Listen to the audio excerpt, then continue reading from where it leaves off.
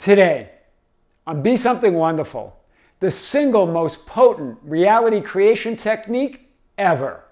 I am your host, Tom Kearin, and this is the Be Something Wonderful studio of higher consciousness, where we help you level up and become the best version of yourself. Creators, welcome back. Big video today.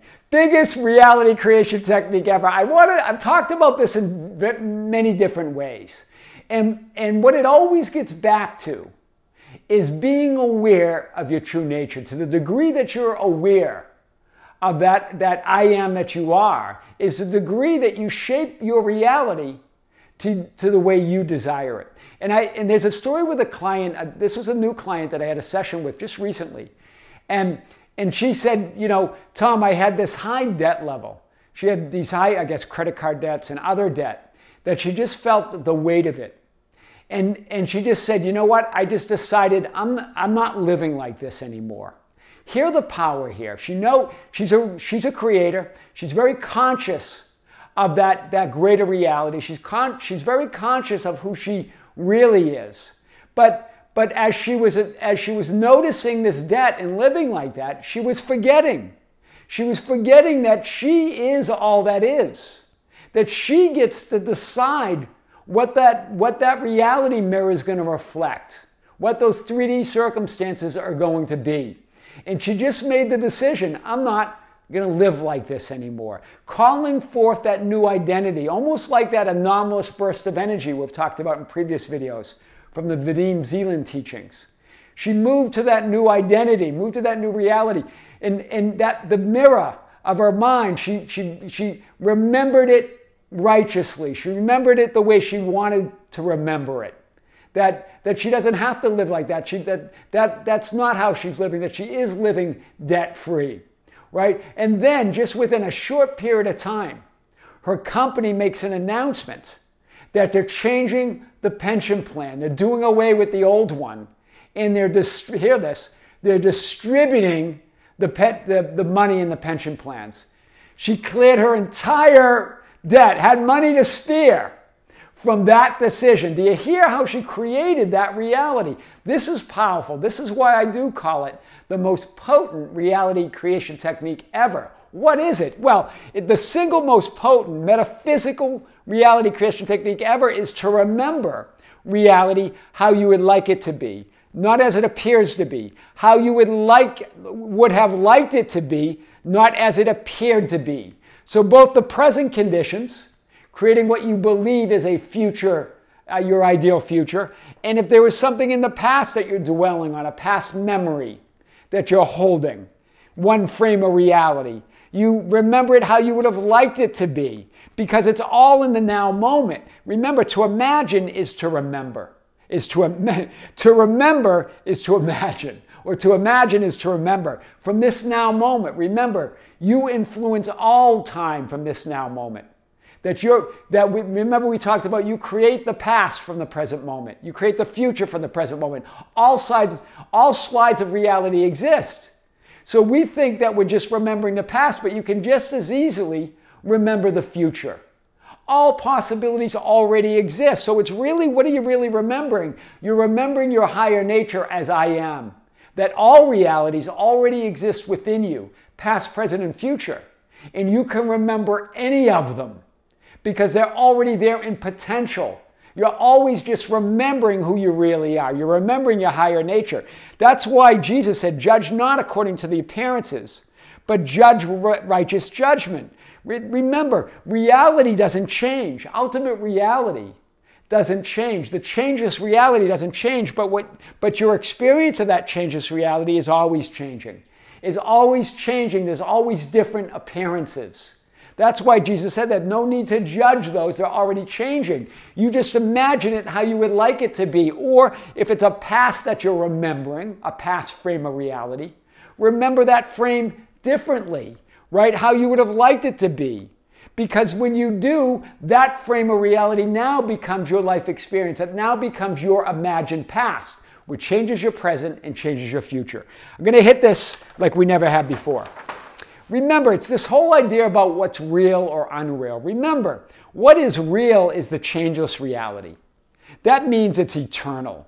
That means that I am, it's totally unlimited. That it's that timeless reality, that now moment. It's the knowing, it's the truth, it's the unity, it's the absoluteness, I am or source. That never changes. Who you really are never changes. We're going to really get at it today because that's the key to remembering how you would like it to be or remembering how you would have liked it to be. To know that you don't change. Only the contents of your consciousness change. The contents of what you're thinking, feeling, and assuming, and what's reflected out in the 3D reality, on that reality mirror. That's always changing. So that's what's real.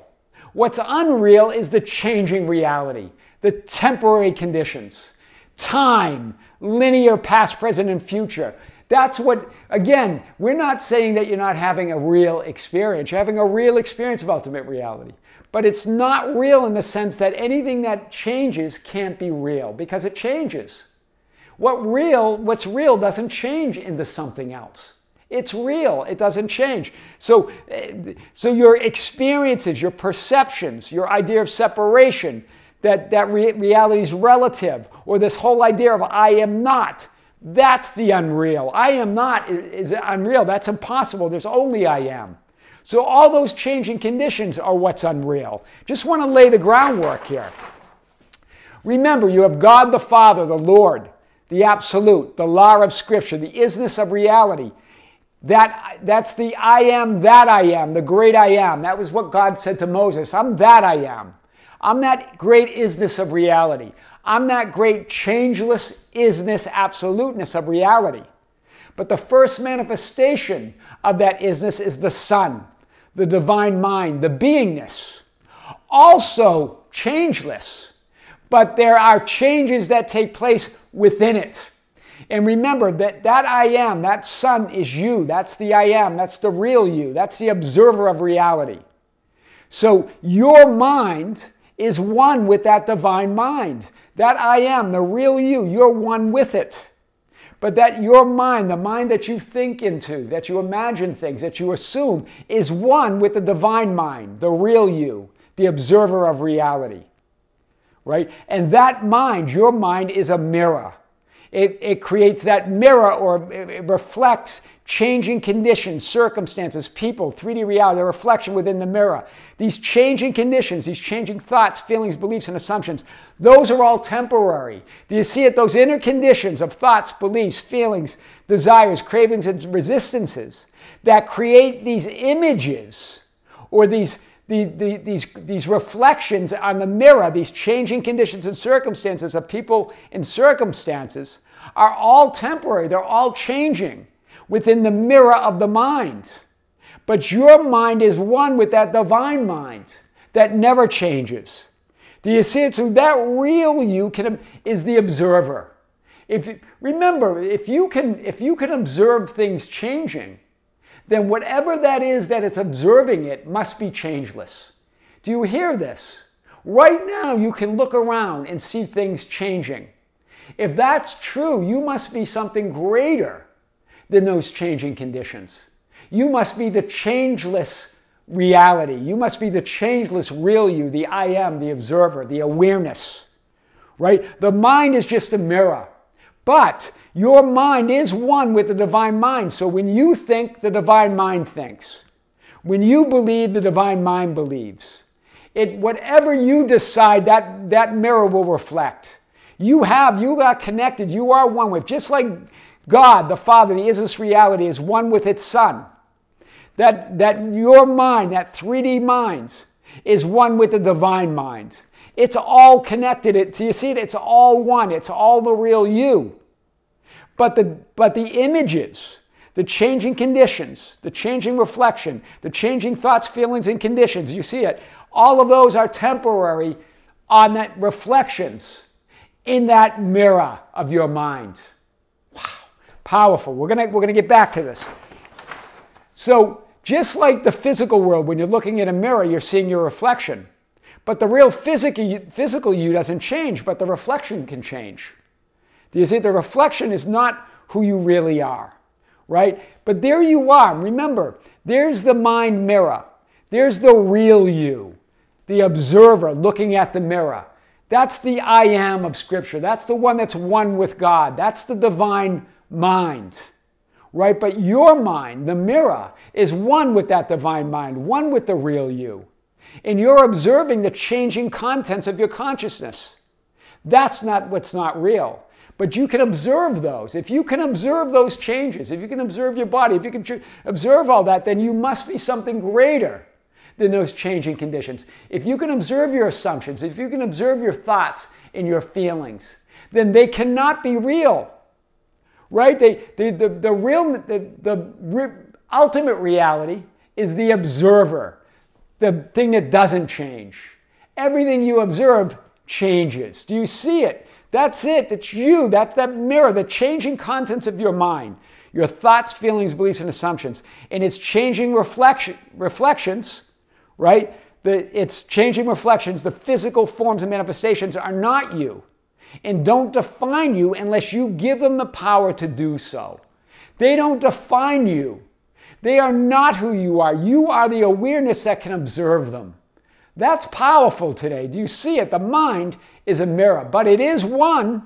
Your mind is a point of consciousness. It is one with the divine mind, right? And God gave you that oneness of God, gave you the free will to condition that, to condition that unconditional consciousness. Remember, it's never affected. It's never affected. That I am or that unconditioned is never really conditioned by it.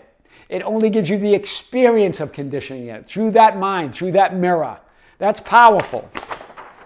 So that's it. So that's why Jesus asked, who do you say I am? Who do you say I am? That identity, as you identify more with the real you, the observer of reality, and decide, okay, that's the real me. That means I can decide whatever I assume or whatever I think or whatever I feel, whatever I decide to identify with, knowing the real me, knowing that whatever I identify with is not who I really am, then I can create heaven on earth.